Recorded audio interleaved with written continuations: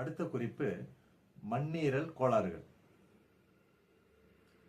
மாம்பழச்சாறு 50 முதல் 60 கிராம் வரை எடுத்துக்கொண்டு அதனை 10 முதல் 15 கிராம் தேனுடன் சேர்த்து குழைத்து தினமும் சாப்பிட்டு வந்தால் ஈரலில் ஏற்பட்ட வீக்கம் சரியாகும்.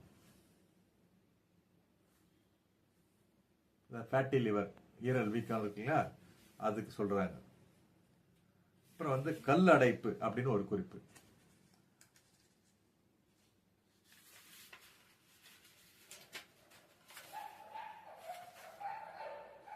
பச்சை மர இலைகளை நிழலில் உலர்த்தி பொடி செய்து அந்த பொடியில் 8 கிராம் எடுத்துக்கொண்டு இரவு முழுவதும் 1 டம்ளர் நீரில் ஊற வைத்து குடித்தால் கல் அடைப்பு நீங்கும். அடுத்து பார்த்தீங்கன்னா ஈரல் கோளாறுகள். 1. மாமர பிசின் ஈரல் சம்பந்தமான நோய்களை தீர்க்கும் மருத்துவ குணமுடையது. 2. மா இலைகளால் தயாரிக்கப்பட்ட தேநீரும் ஈரல் சம்பந்தமான கோளாறுகளை நீக்க வல்லது. அடுத்த குறிப்பு தூக்கமின்மை. இரவில் மாம்பழத்தை 1 கோப்பை பாலுடன் சேர்த்து சாப்பிட்டால் தூக்கமின்மை உடனடியாக சரியாகும். அடுத்த குறிப்பு சர்க்கரை நோய். மாம்பழச்சாற்றுடன் சம அளவு நாவல் கொட்டை பொடியை கலந்து சாப்பிட்டால் சர்க்கரை நோய் கட்டுப்படுத்த முடியும். அடுத்த குறிப்பு பார்த்தீங்கன்னா மூலம், பைல்ஸ்.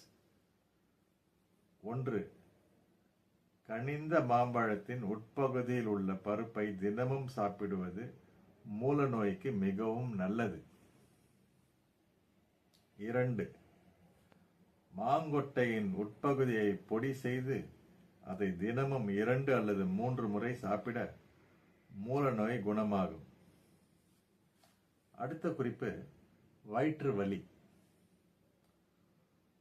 உடல் சூட்டினால் இரவு நேரங்களில் ஏற்படும் வயிற்று வலிக்கு ஆலம் பொடியுடன் நௌசதாரை கலந்து தூங்குவதற்கு முன் தொப்புளுக்கு கீழே தடவினால் உடனடி நிவாரணம் கிடைக்கும்.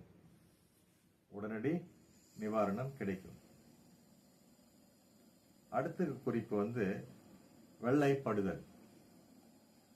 மாமரப்பட்டையை 1 கிலோகிராம் எடுத்து அதனை 5